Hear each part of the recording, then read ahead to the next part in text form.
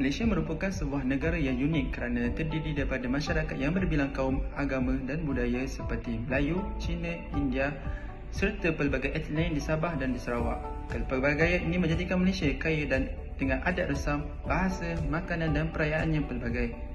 Antara agama yang ada di Malaysia ialah Islam, Buddha, Hindu dan Kristian. Islam merupakan agama persekutuan dan dianuti oleh majoriti masyarakat Melayu. Selain itu, terdapat juga masyarakat yang mengamalkan agama lain seperti Sikhisme, Taoisme dan kepercayaan tradisional. Walaupun mempunyai kepercayaan dan budaya yang berbeza, rakyat Malaysia masih dapat hidup bersama dalam suasana aman dan harmoni. Oleh itu, setiap individu perlu menjaga sensitiviti agama dan kaum dalam kehidupan seharian. Sikap saling menghormati, bertolak ansur dan memahami budaya masyarakat lain amat penting bagi mengekalkan perpaduan negara. Selain itu, etika dalam percakapan dan tindakan juga perlu dijaga sama ada secara bersemuka maupun di media sosial.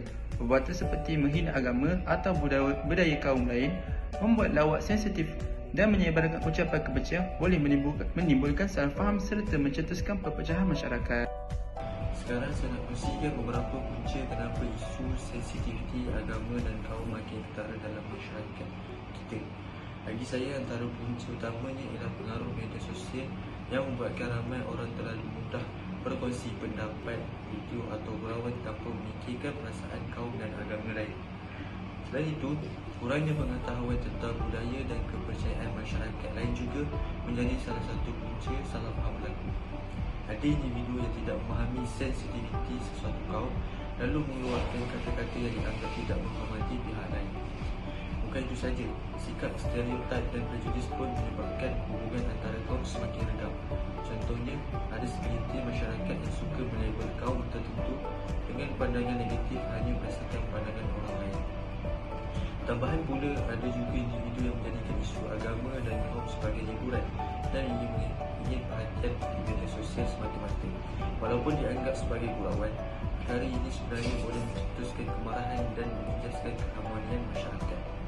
Jadi sebagai individu, kita perlulah berhati-hati dalam percakapan dan tindakan supaya perpaduan kaum dan agama terus terpelihara. Korang pernah terfikir tak? Satu komen jelek atau satu gurauan sensitif yang kita rasa, alah, gurau je pun, sebenarnya boleh jadi punca runtuhnya keharmonian yang kita bina selama berpuluh tahun. Bila etika ni hilang, impak dia bukan biasa-biasa, tapi boleh mengancam keselamatan kita semua.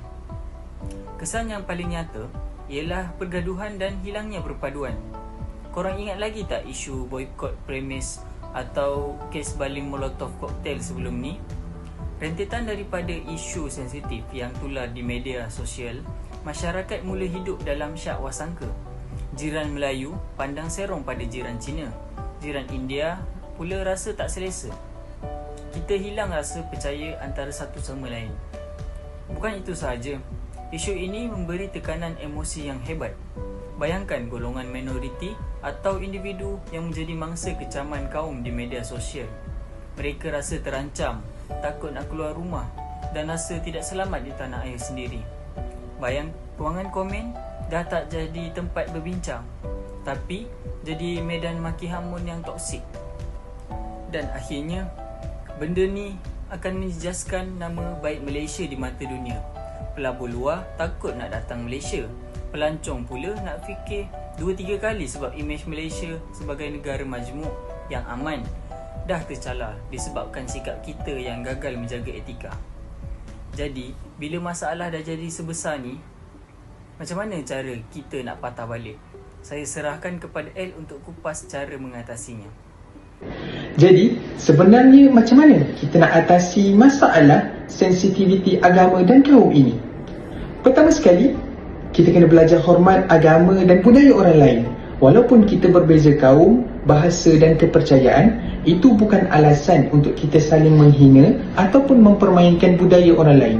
Selain itu juga, kita kena berfikir dahulu sebelum kita bercakap ataupun kita post sesuatu di media sosial. Kadang-kadang, satu komen yang kita anggap lawak boleh menyakitkan hati orang lain.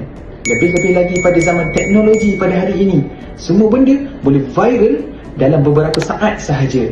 Seterusnya, pendidikan tentang etika dan perpaduan juga sangat penting. Kalau dari kecil lagi kita memang dah diajar untuk hormat antara satu sama lain, masyarakat akan menjadi lebih matang dan bertoleransi. Sebab perpaduan bukan datang dengan sendiri tetapi dibina melalui sikap dan adab.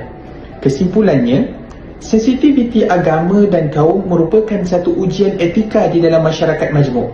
Kalau kita gagal menjaga adab dan hormat, perpaduan boleh musnah. Tetapi kalau semua pihak saling memahami dan menghormati, Malaysia akan terus kekal aman dan bersatu.